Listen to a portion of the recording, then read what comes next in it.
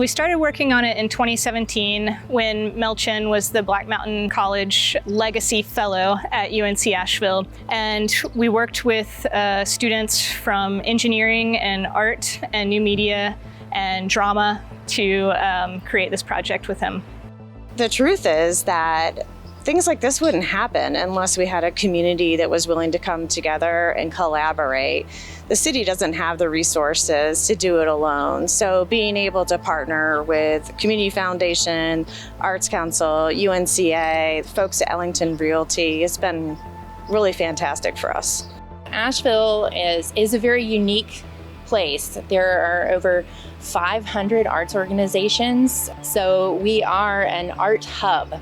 But as far as public art, we're behind some other areas. And so having a project like this come to our area is very exciting. When the Community Foundation reached out, we were thrilled to hear that this project was happening here in Buncombe County and to be able to help support it.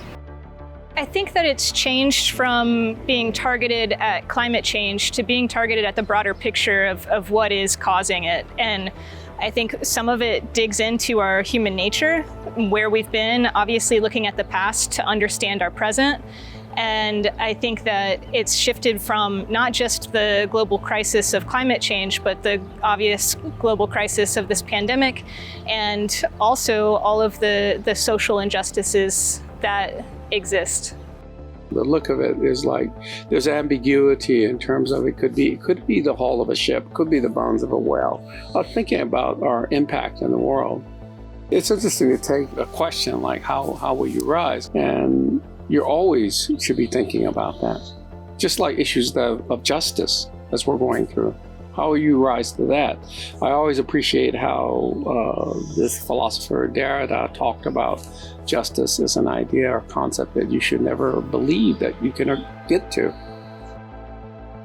Because of the COVID pandemic and the way our world has changed, we have an opportunity to keep Mel Chin's sculpture here longer than we originally intended. This is a great opportunity to keep those conversations going around how our community will rise together to respond to the challenges that the pandemic and also the challenges that the calls for racial justice have brought to the forefront. We have a duty and an opportunity to look at those issues and to address them together.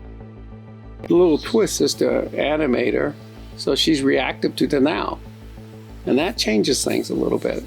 And maybe it's how our figurehead's not right now. Leadership should be more reactive to the now and not be looking back to some past approximation or heroic monumental emblem and saying that's what we have to protect. We have to be observant and reactive now. But you shouldn't consider how it can't be done. You should consider how it can be done and how things can be done as we know now, that we have to put aside maybe the mythological structure of rugged individualism. You put that aside so you can work together. I think essentially now, if you ask again the question, how will you rise, how you will rise, how we will rise.